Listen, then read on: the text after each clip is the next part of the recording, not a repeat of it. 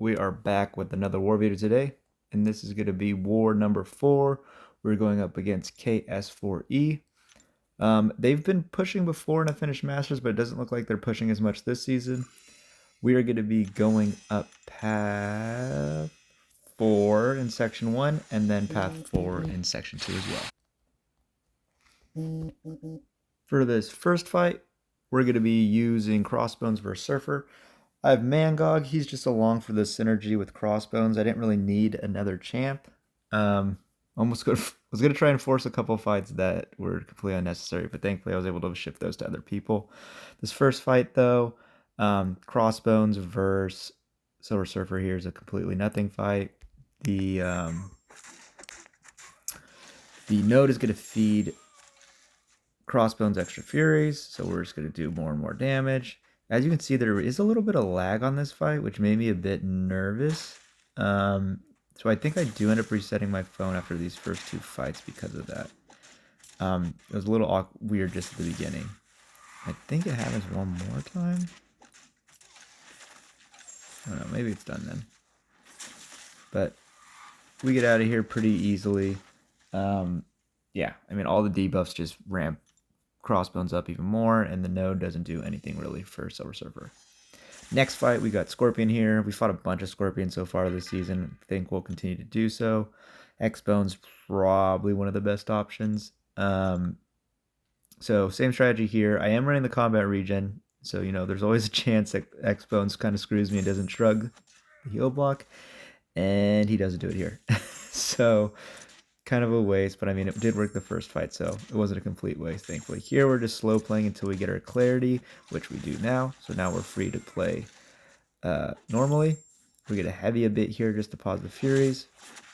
Bait out this special 2, dex it. And then besides that, just keep rolling. We should be getting plenty of buffs, so very unlikely we lose our clarity. There, we're going to use our overrun during a special 1, then dex out of the tail end and heavy, and here combo out and end the fight. So those are the first 2 fights, and then we're going to make our way up to section 2. Section 2, we have 2 more fights on path 4. Their defense was interestingly set up. The fact that Crossbones could just steamroll all of path 4 probably isn't the best placement.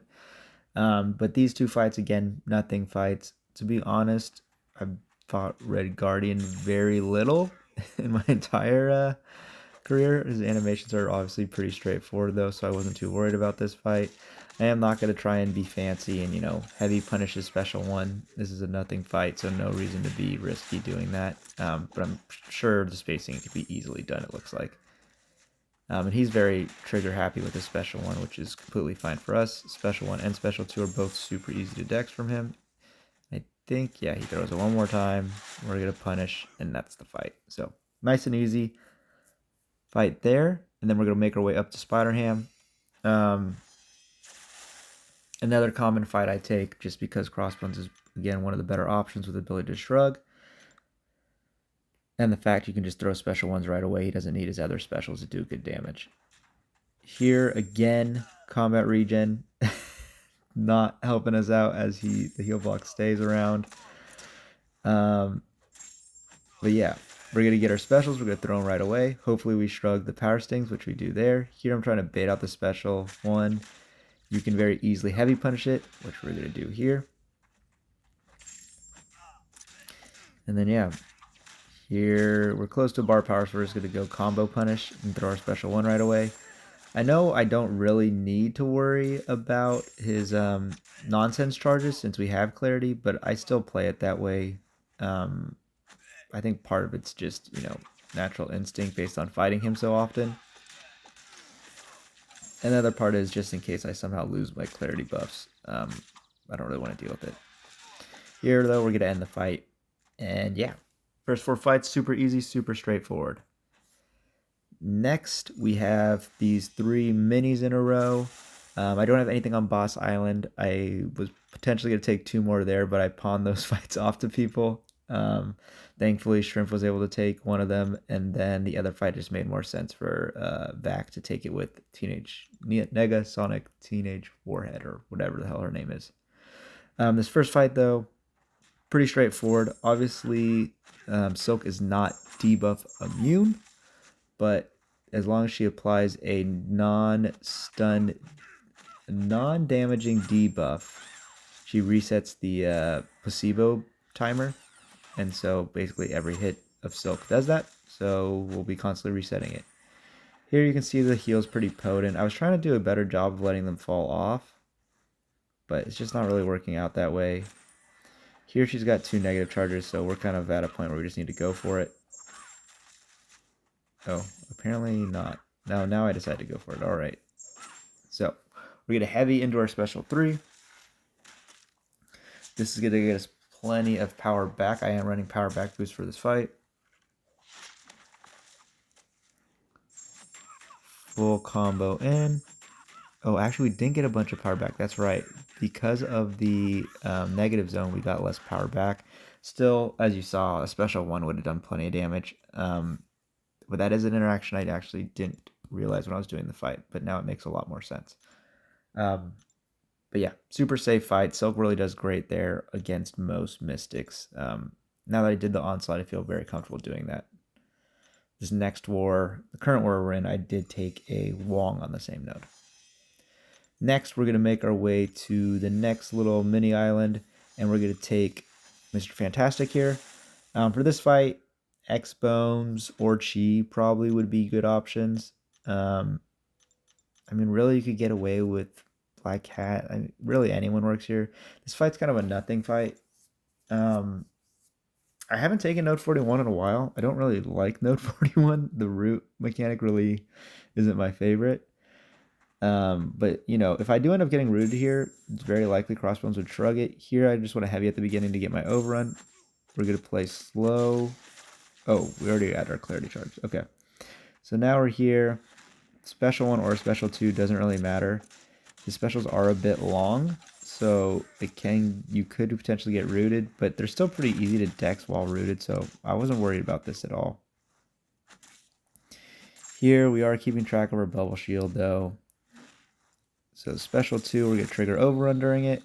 Go in, throw our special 1 right away. I did see that I thought I might get rooted there, so I was planning to just throw the special 1 right when we got to him, which we did, and combo out, and yeah, 40-second fight, super easy. I don't think that's the best spot for Mr. Fantastic. And then our last fight is Modok here. This is a fight, I think we placed Modok on a similar node, one of these hazard chips. In my opinion, Crossbones by far the best option for this fight, especially if you can get a white Magneto. Just don't throw your special 2s. You should be shrugging debuffs, and you know you should be getting plenty of buffs to keep that clarity passive going. So here I'm going to heavy at the beginning, dex back and trigger overrun. Pretty standard, what I do every time now. And then now we're going to get a heavy one more time. We got our clarity charge, and we're good to go. I do want to only bait special 1s ideally for Modok. The special 2 is quite a bit harder to dex, and it hurts him to block a decent amount. So yeah, just in general, I don't want to deal with it. But he's very trigger happy with the special 1s, thankfully, to make things easy for us. Again, we want to throw special 1s only. You could go the special 3 route, but I don't know. I almost never use his special 3. Relic, heavy there. Here we're going to go for it. We end up a bit short. Oh no, it does kill.